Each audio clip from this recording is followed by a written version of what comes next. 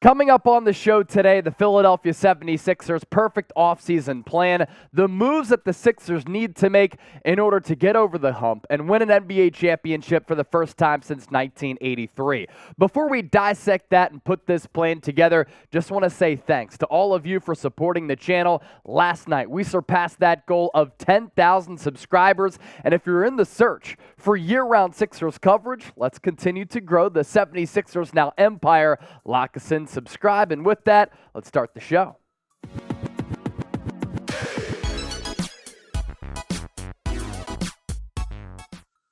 Happy Monday. Welcome into Philadelphia 76ers Now by Chat Sports. Hope all of your weeks are off to a great start. So I'm looking at this from the macro perspective, right?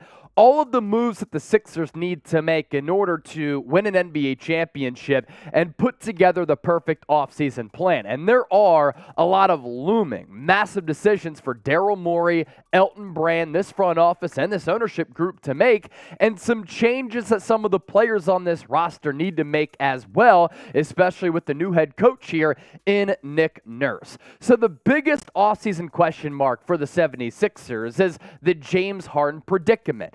And what the Sixers have to do is figure out what to do with him. Do you sign him to a contract extension? How much is that contract extension potentially going to be? Could he demand realistically $50 million per year over 4 years, which is kind of what's been floated out there? Or can the Sixers somehow find a way to once again bring him back on a discount and have him sign a contract on a shorter-term basis? There are so many pros with James Harden coming back to the city of brotherly love. There are a lot of cons with his game as well. He's an elite assist man. His vision is really special. I've continued to give him a lot of credit for him reinventing himself later in his career, altering his game, and becoming a guy who really does have that visionary aspect to his game because he sets up his teammates in a beautiful fashion with his ability to pass the rock. Him running the two-man game with Joel Embiid. When they've done it, it's been really dominant. You think back to what they did against the Celtics in Game 5, it was unstoppable. With Nick Nurse coming in, if Harden decides to re-sign, can the Sixers offense be less stagnant? I hope so. So there's some hope there. Last year, put together a really good campaign. 21 points per game, 44% from the field, nearly 39% from distance. His numbers from three, second best mark in his entire future Hall of Fame career. He did win Game 1 and Game 4 against the Boston Celtics before he kind of went missing in Games 5, 6, and 7. And among the players that are out there in free agency, and a guy who you can pair up with Joel Embiid, he still is a very good three-level scorer, but also a lot of cons with James Harden too. He's 33 years old. How is he going to age? He's been injured a lot over the last couple of years, and he's struggled to finish around the rim. It's a little bit of a concern. He's not always in great shape. So as he does get older, what type of shape will he be in, especially if you're paying him somewhere in the neighborhood of potentially $50 million per year over the next 4? He's way too inconsistent, which drives you nuts in some playoff games, doesn't have a lot of championship pedigree, lacks accountability, but can Nick Nurse bring the best out of him in the playoffs and help him overcome some of those playoff shortcomings? Because the production has certainly been really, really good for Harden. Every time he laces the shoes up and he hits the deck, he is a threat to put together a triple-double type of performance. Ideally for me, you would be able to let James Harden walk. The problem with letting James Harden walk this upcoming offseason, who do you replace him with? The Sixers are in this win-now mode. You have to give Joel Embiid a legitimate co-star. There are questions as to whether or not Tyrese Maxey can become that because he's a little bit tinier at 6'1", 6'2", and in previous off seasons, you would be able to let James Harden test free agency, and if he gets an offer that blows your offer out of the water, you let him walk because you know some of the limitations that he has to his game and the fact that he's 33 years old. But the free agency crop to replace James Harden this offseason is extremely thin. You never know what you're going to get from Kyrie Irving. Fred VanVleet is a really good player, but he has a player option. So too does James Harden. And his game a little bit more limited than the Beard's, and he's not the creator or the distributor that Harden is. And then you look at some of the other players on this list. Who moves the needle here among Jeremy Grant, Chris Middleton, who's coming off an injury-plagued and subpar season, and Kyle Kuzma, because you don't need a big with Nikola Vucevic or Brook Lopez. So who do you replace James Harden with? And the next tier, outside of a guy like Fred VanVleet, would be Gabe Vincent. Is he going to be the same player outside of that Miami Heat culture? So if you let Harden walk, I do think that Fred VanVleet is the next best option. But he's also coming off a season last year that raises some question marks too. 39% from the field, 34% from deep. He is a better defender than James Harden, but doesn't have the passing vision that Harden has.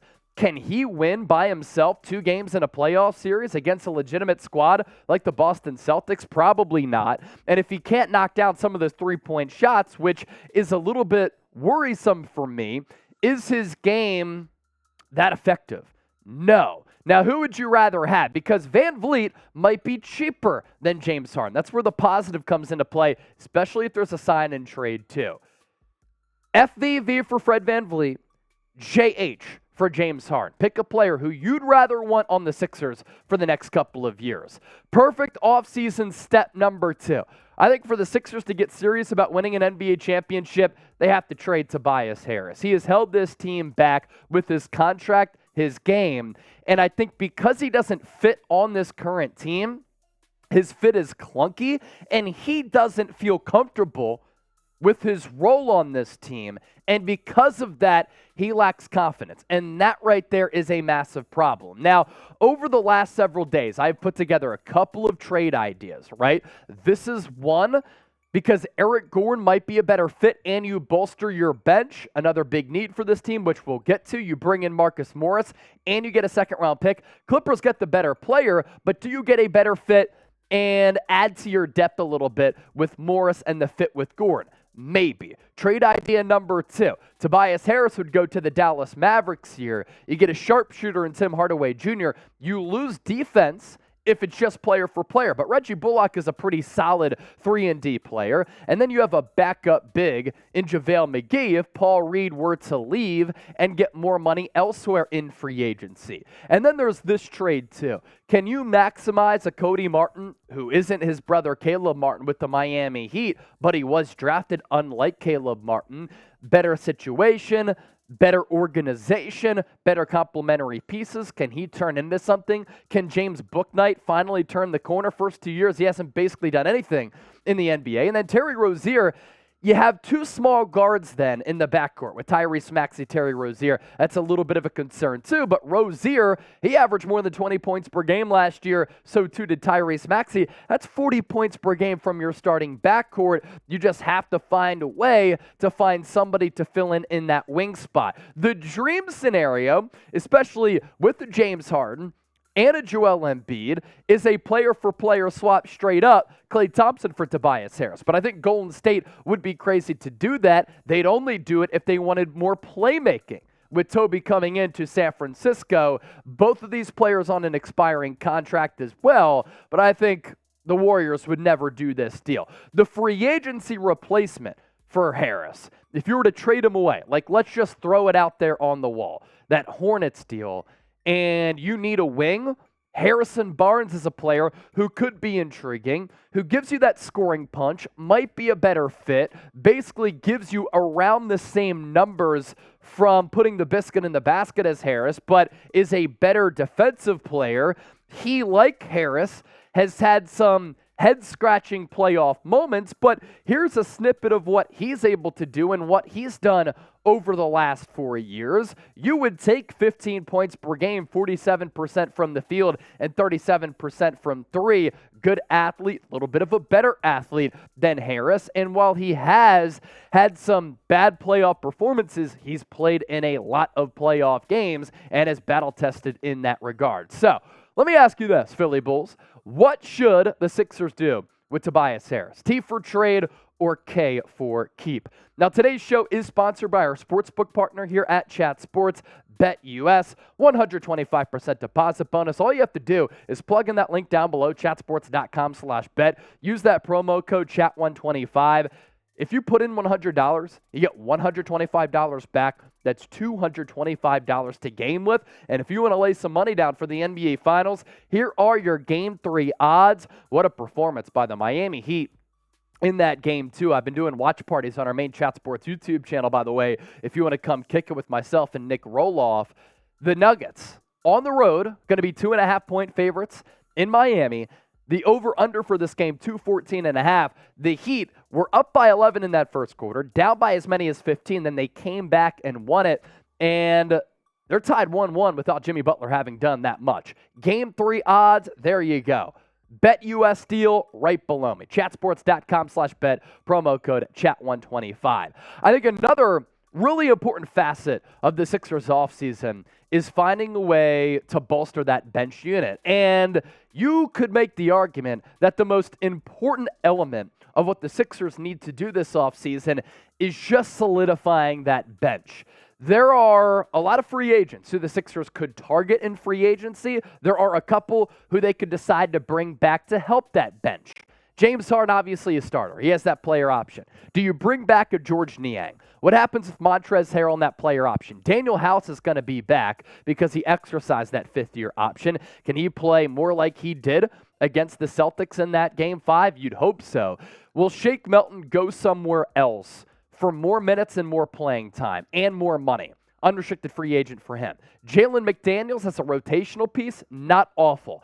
I would love to see the Sixers bring back Paul Reed, especially with how Nick Nurse has been able to develop players. I look back at how Nurse was able to bring the best out of Precious Achiuwa, Kem Birch, a couple of other players in that front court that Nick Nurse was able to bring the best out of. Can Paul Reed be that next developmental project? I think he could be. Dwayne Dedmon, see you, you're cooked. And then Mac McClung, Lewis King, restricted free agents. Honestly, I don't even know if they're going to crack an NBA roster. And then the Sixers, here's the problem here. We'll see what happens with Harden, a Tobias Harris trade, some of these other moves. They're deep in the luxury tax. Cap space, it's non-existent. Minus $59. Backup center options. Andre Drummond, I think, would be a great backup option for Joel Embiid. The best backup center that Embiid has had over the last several years, arguably throughout his career, has been Andre Drummond. The Sixers were a bad rebounding team last year. What is Andre Drummond really elite at? It's rebounding the basketball. And when he played for the Sixers, prior to getting dealt to Brooklyn in that Ben Simmons, James Harden deal, and that swap there, Drummond, I thought, was playing good ball, and he was giving the Sixers really valuable minutes. If you sign Andre Drummond, can Paul Reed play the 4? He actually did shoot the 3 ball at the G League level for the Delaware Bluecoats. He has that part of his game. It just hasn't really shown up in the playoffs. He did take that corner 3 against the Raptors in the playoffs 2 years ago, but I'm intrigued by both of these players, if not one of them, coming back to Philadelphia. Okay. I want to talk about Tyrese Maxey here. Give the keys to Tyrese Maxey. For me, Tyrese Maxey is untouchable this offseason. I would not include him in a trade for any player out there outside of a marquee superstar in this league, but it's not realistic to just swap Tyrese Maxey for a superstar out there. Here's the big looming question for Tyrese Maxey heading into year 4. Can Maxey be Embiid's Jamal Murray? And can he take another sizable jump? Because every year that Maxey's been in the league, he has improved profoundly. He comes in to the NBA in 2020, 2021. He averages 8 points per game, 46% from the floor, and 30% from 3. But in the playoffs, he showed flashes of being a really legitimate number 2 or number 3 option. In year 2, the numbers basically double as far as his points per game, more than double. From 8 points per game to 17.5. His field goal percentage goes up from 46 plus to 48.5%. His three-point numbers astoundingly blossom from 30% to 42.7. And then with more playing time, more starts, in year 3, he takes another jump forward. 20 points per game, 48% from the floor, and 43% from three-point range. Maxey might lack the size of being a Jamal Murray ideal number 2, but Jamal Murray's been a great number 2, sometimes the number 1,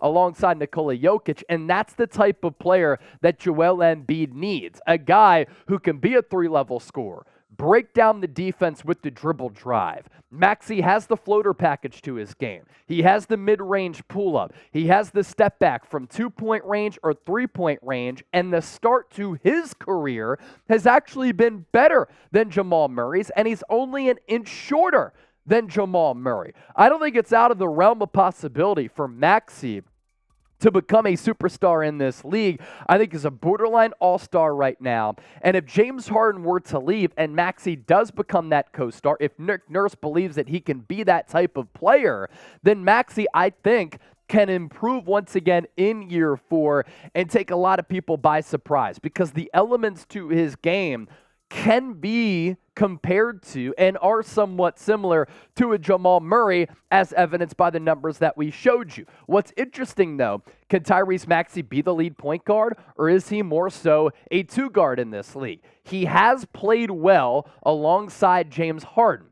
When Harden and Maxey were on the floor together, they outscored opponents by 153 points. As for the future of Maxey, could a rookie extension be coming for him? Daryl Morey has only done it once, and it came with James Harden all the way back in 2012, but that's something else to keep an eye out for during the Sixers offseason. If you want to interact with me, talk Sixers, talk hoops, I cover the NFL, college football here at Chat Sports as well. Love my versatility. I really pride myself on that, as well as health and wellness, all that stuff. Hit me up, Twitter and Instagram. Give me a follow at Chase_Senior, and slide in the DMs to let me know that you're a new follower here on my social media pages. Lastly, Nick Nurse was the best coaching candidate on the market, in my opinion, and the Sixers were able to replace Doc Rivers with him. He's an X's and O's coach. He's done a good job with developing players over time. I think back to some of the players that he was able to develop with the Toronto Raptors. I saw Fred VanVleet get better. I saw Pascal Siakam get better. I saw OG Anunoby really start to grow. I looked at a guy like Precious Achiuwa, a Khem Birch, a Chris, who's the front court player? Chris Boucher is another player who developed under the watch for Nick Nurse. Like, he does a good job with that. The tactical adjustments along the fly. Lastly, though, with his culture, can he preach a culture of hard work, accountability, excuses don't fly? You know, a baseball coach in high school used to tell me, excuses are like assholes. Everybody's got them, and they all stink. And the Sixers have had this enabling soft culture since the process. It's time for that to change. He's going to ask for defensive tenacity. He's going to ask some of his starters to play long minutes.